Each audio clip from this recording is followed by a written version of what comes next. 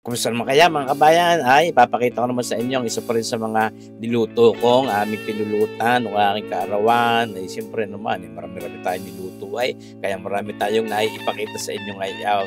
Ngayon, isang napakasarap naman ang gagawin nating pakalaste. Pakalasteng buntot ng baboy at bituka. Oo, tunay naman, mga murang bituka ng baboy, mga kabayan. Aroy, noong pangkarawang ka, ha, hindi ko ngayon at talagang may mga issue ngayon tayo sa, mga baboy na yaan. Pero ito niluto ko ay noong panahong, noong July 24, noong ako'y mag-birthday, mga kabayan. Itong ating pakalasting buntot at bituka ng baboy, bituka mura. Yan ho, ating ipiprito muna yung ating pinaggagayat-gayat na buntot ng baboy, yung puel kasama.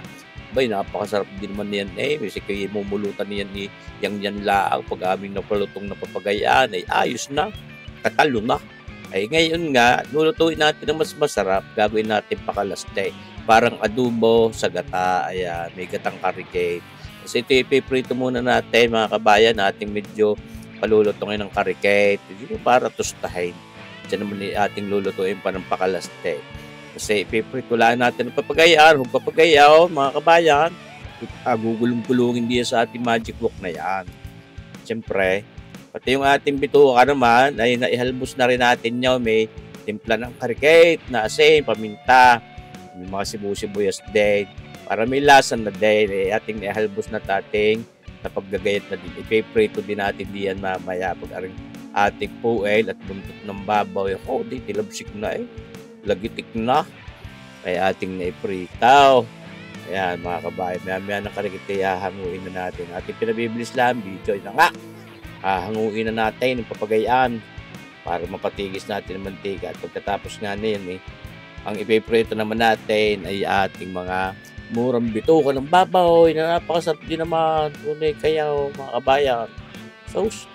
Ayan ha, aking kapag gagayat na ng papagayaan at kako ngayon di ating ipiprito din muna, palulutungin din natin ng karikate. Dito para tustahin din.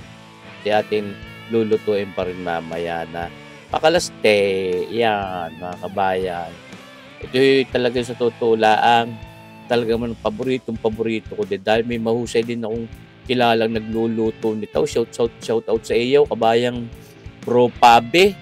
May-ari nung Bro Pabi's Kambingan ni Bro Pabi doon sa barangay Gulod Itaas, Batangas City. Napakasarap magluto ng papagarning pakalasting buntot at murang bituka ng baboy ng mga kabayan. Ayos na. Hanguin na rin natin maya-maya ng karikate. At ating mautay ng pagluluto ng pakalaste. Kasarap niya masarap ang ulam, masarap na pulutan. Mapapalirize ka.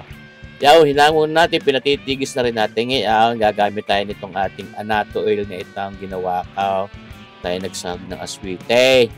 At magsasangkot sa muna tayo ng bawa. Kalahati lang din sa aking pinagayat na yaon. At may paggagamitan pa rin ako ng tira na ibang putahe pa. Ngayon ng kaarawan itong aking isinilibra noong July 24, 2024. Hindi ko natin yung bumpiyang na 24. Hindi rin matumama. Ayan na.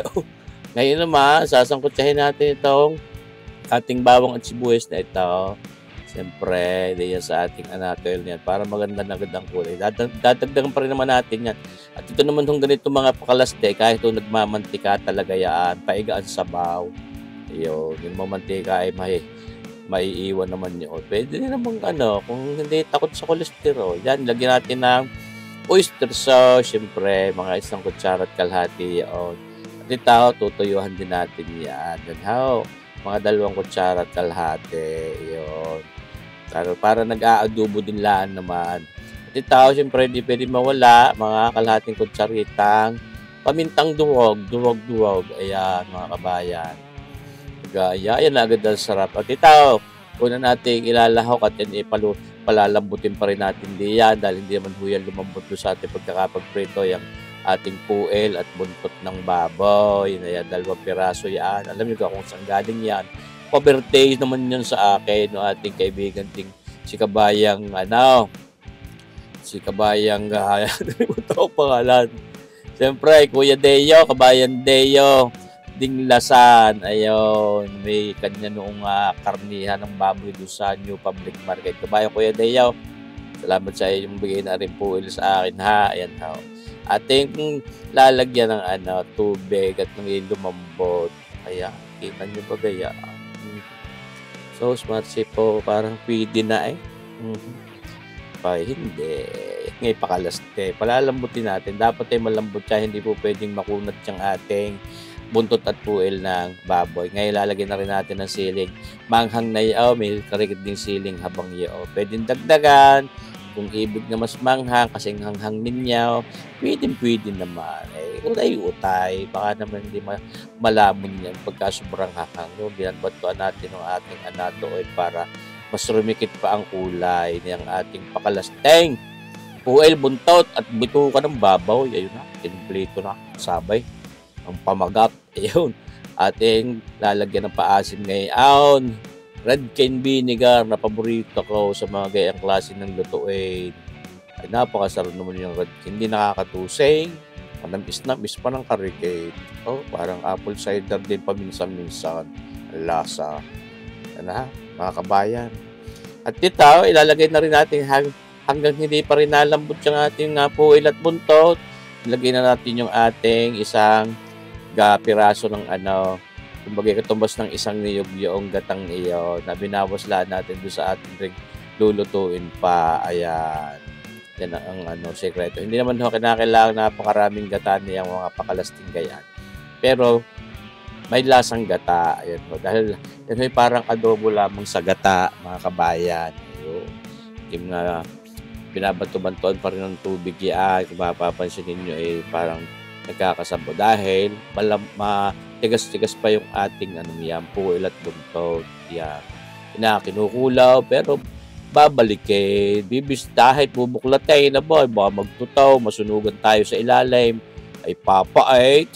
Mahirap pagka mapait. At ito, pampatingkad ng kulay, nilagyan natin ng isang pork broth cube. Ayan, dinalas-dalas na Tapos yan, binabanto-bantuan natin ng tubig na papagayaan, mga kabayan, dahil akin tinitesting makunat pa ang ating puwel at buntot ng baboy na yan. Maya natin ng karikit, ilalahok yung ating bituka ng baboy pag ay malambot na dahil malulubsak iyaw pag sinamagot natin. Mga kabayan, dahil yung minahelmos na, may lambot na yaon, mga kabayan.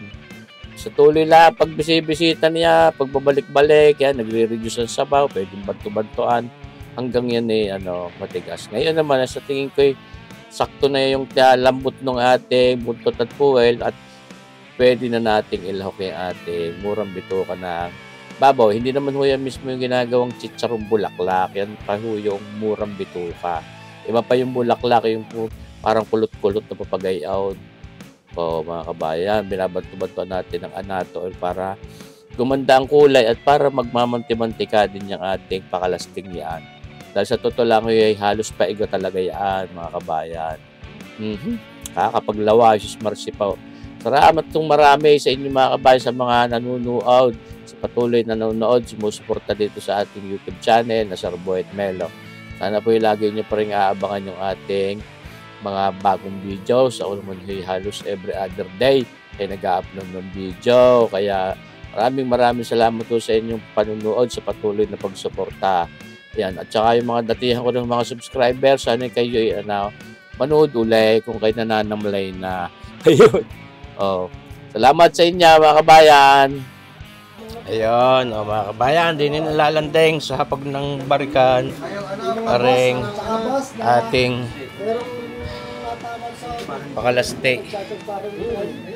pakalasteng buntot at bituka ng baboy.